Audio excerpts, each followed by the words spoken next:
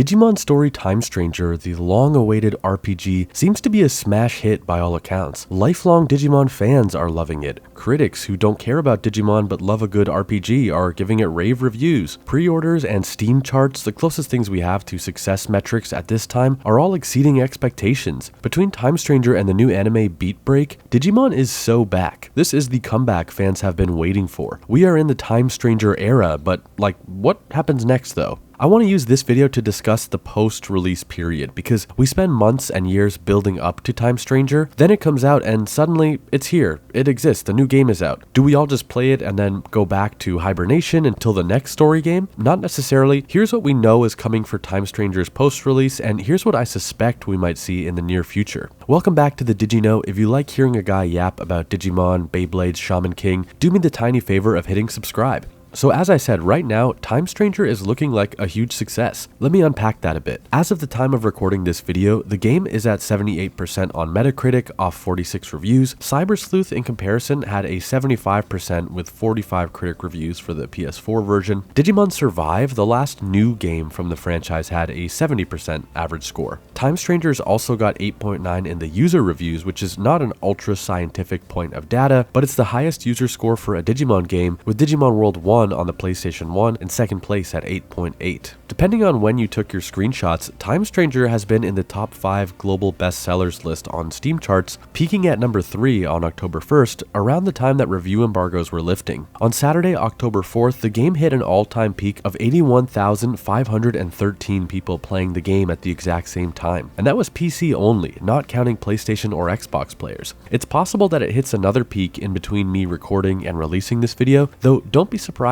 or alarmed to see it slow down in the coming days and weeks. It's an all things must pass situation. Obviously, live service games need to maintain a certain player count to stay active and playable, but don't freak out when people start completing Time Stranger and the Steam stats inevitably decline. We know that Time Stranger is getting at least 3 episode packs. Whether you want to call these DLCs, expansions, the nature and scope of these is not yet known. On Steam, they're described as, quote, episode for additional Digimon, which could mean a new mission or a multi-mission questline or just a pack of Digimon. Regardless, Time Stranger is expected to get 3 boosts of promotion and content between now and October 2026. Sometimes these games get additional waves or seasons of DLC after the first round of commitment is done, so you never know, there could be even more. I would also not be surprised to see a Switch 2 version of Time Stranger announced in 2026 or maybe 27. Knowing what happened with Cyber Sleuth and looking at other trends in gaming, I think it's possible that in the next couple years we might see Time Stranger get a semi-sequel, spin-off title. You know how there's Cyber Sleuth and Hacker's Memory using the same engine, locations, monster models, and systems, but telling different stories? We could see Time Stranger get its companion title. These types of sequels are more common than ever. Tears of the Kingdom, for instance, reusing the map, music, and many more elements from Breath of the Wild for a brand new game. With the sales success of Time Stranger, I could see Bandai pushing for a follow-up as soon as possible, and that could be achieved with the Hacker's Memory strategy. I also want to talk non-story games, other titles that aren't in the Digimon Story series but that are always possible. First off, we know Digimon Elysion is rolling out imminently, with its closed beta having taken place in August 2025. It's a new mobile game that is like a Digimon card game client, but with story, new characters, and cinematics. What about a Digimon Survive 2? It's always a possibility, though I'm not optimistic. That game had a peak of 6,179 Steam players on launch day in 2022, which is a far cry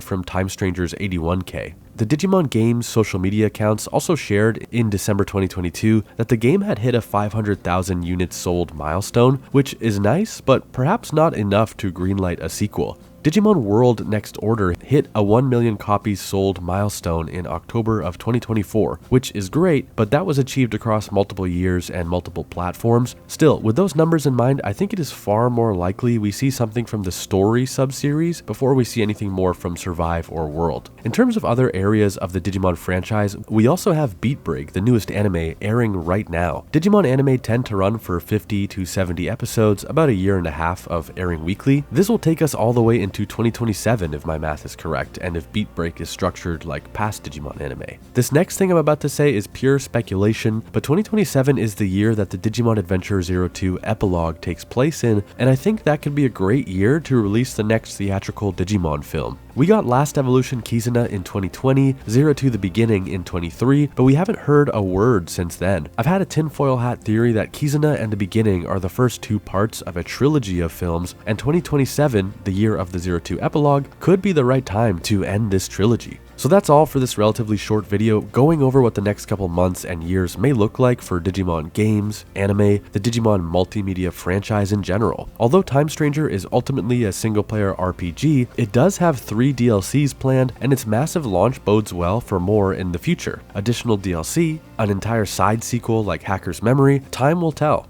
If you liked the video, please subscribe. It's free and it helps other people find the channel. It's really like an endorsement that you support what I'm doing here. If you want to support even further, I have an original novel inspired by Millennium era anime like Digimon and Monster Rancher. You can pick up the ebook or the physical paperback. Consider it my channel merch if you want. I'm super proud of it and wrote it for people who love this exact genre, the monster tamer pet monster thing. Links are in the description. Thanks for watching, have a great week, and I'll see you in the next video.